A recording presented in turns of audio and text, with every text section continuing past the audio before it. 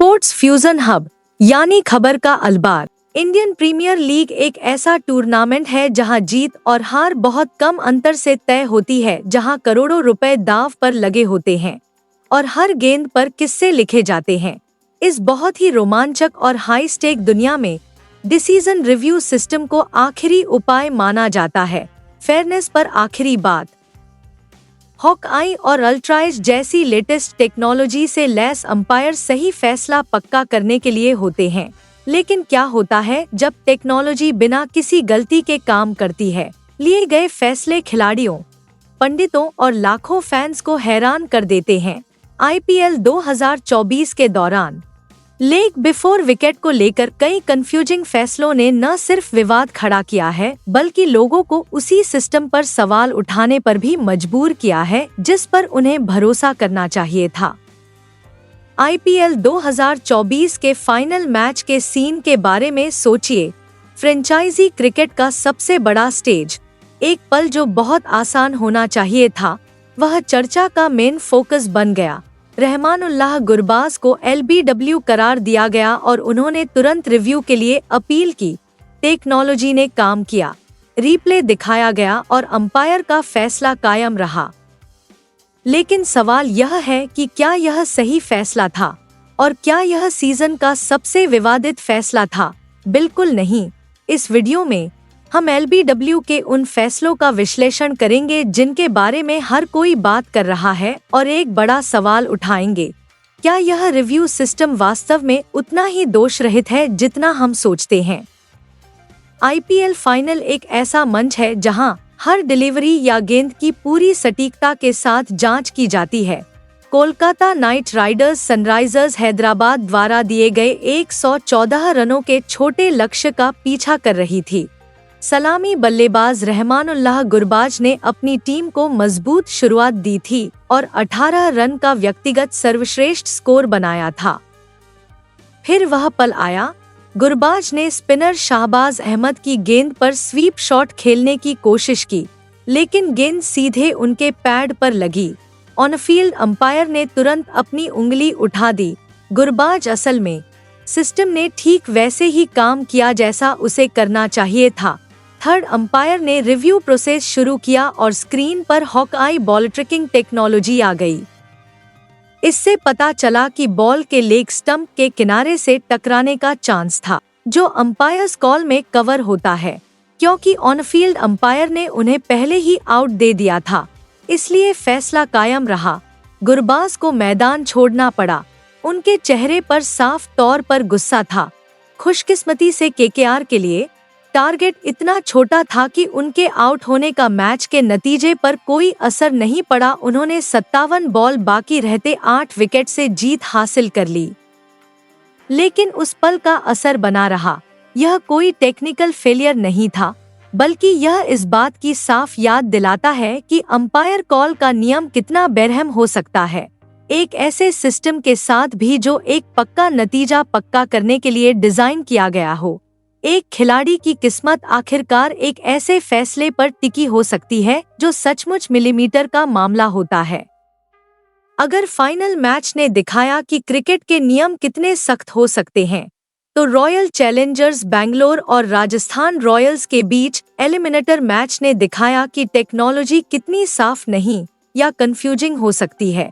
यह जिंदगी और मौत की लड़ाई थी और इस मैच में दिनेश कार्तिक के एलबीडब्ल्यू रिव्यू को लेकर जो ड्रामा हुआ, वह पूरे टूर्नामेंट के सबसे बड़े विवादों में से एक बन गया। आरसीबी की पारी के 15वें ओवर में अबीश खान ने एक तेज गेंद फेंकी जो ओवर की पहली ही गेंद पर कार्तिक के पैड पर लगी।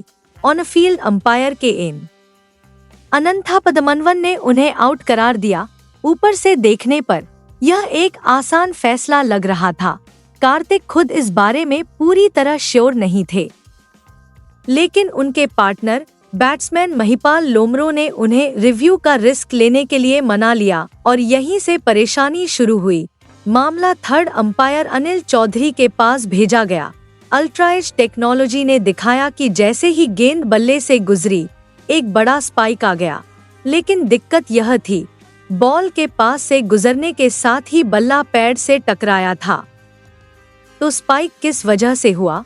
क्या बॉल का बल्ले के अंदरूनी किनारे से हल्का सा टच होना था या बल्ले के पैड से टकराने से हुआ वाइब्रेशन? सबूत बिल्कुल भी साफ नहीं थे। इस कंफ्यूजन के बावजूद थर्ड अंपायर ने ऑन फील्ड अंपायर का फैसला पलट दिया और कार्तिक को नॉट आउट घोषित कर दिया। इस फैसले पर हैरानी और यकीन नहीं हुआ। कमेंट्री बॉक्स में मौजूद क्रिकेट के दिग्गज गुस्से में आ गए। रवि शास्त्री ने इस फैसले को पूरी तरह से चौंकाने वाला और राजस्थान रॉयल्स के साथ पूरी तरह से नाइंसाफी कहा। सुनील गावस्कर ने भी उतना ही जोर देते हुए कहा, द बल्ला पैड पर लगा लेकिन गेंद बल्ले पर नहीं लगी। पूर्व क्रिकेटर माइकल वॉन ने भी सोशल मीडिया पर इस फैसले को चौंकाने वाला बताया। मैदान पर राजस्थान रॉयल्स टीम के सदस्य गुस्से में थे। टीम के क्रिकेट डायरेक्टर कुमार संकारा तो मैदान पर चौथे अंपायर के पास भी गए और फैसले के लिए सफाई मांगी। कार्तिक, जिन्हें एक बड़ी लाइफलाइन मिली, ने फिर 11 रन और जोड़े, लेकिन अजीब बात यह है कि बाद में उन्हें अबीश खान ने आउट कर दिया। ये 11 रन पहली नजर में मैच बदलने वाले पल नहीं लग सकते हैं, लेकिन एक तनावपूर्ण नॉकआउट मैच में हर रन जरूरी होता है। इस घटना ने एक कड़वी सच्चाई सामने ला दी है।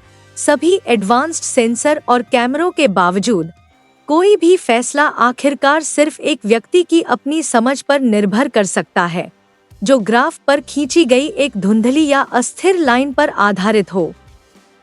ऐसे विवाद हर किसी को बात करने पर मजबूर करते हैं और यही क्रिकेट को इतना दिलचस्प बनाता है। इन फैसलों पर आपके क्या विचार हैं?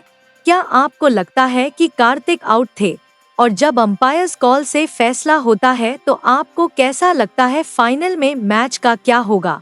नीचे कमेंट बॉक्स में हमें अपने विचार बताना न भूलें। और अगर आपको क्रिकेट के सबसे बड़े विवादों का यह एनालिसिस पसंद आया तो सब्सक्राइब बटन पर क्लिक करके नोटिफिकेशन चालू करना न भूलें, ताकि आप हमारे कोई भी अपडेट मिस न करें। हमारा अगला वीडियो देखें। गुरबाज और कार्तिक की घटनाएं अलग अलग घटनाएं नहीं थी, बल्कि वे विवादित घटनाओं की एक सीरीज का हिस्सा थी, जिसने पूरे सीजन में अंपायरिंग के फैसलों पर भरोसे पर सवाल उठाए हैं।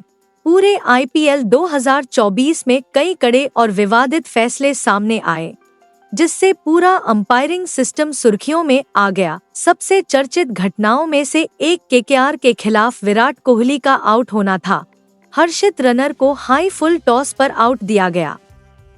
यह फैसला हॉकाई टेक्नोलॉजी पर आधारित था। इस टेक्नोलॉजी का इस्तेमाल यह जांचने के लिए किया गया था कि अगर कोहली अपने नॉर्मल बैटिंग स्टांस में खड़े होते तो क्या वह अपनी कमर से नीचे से गुजरते।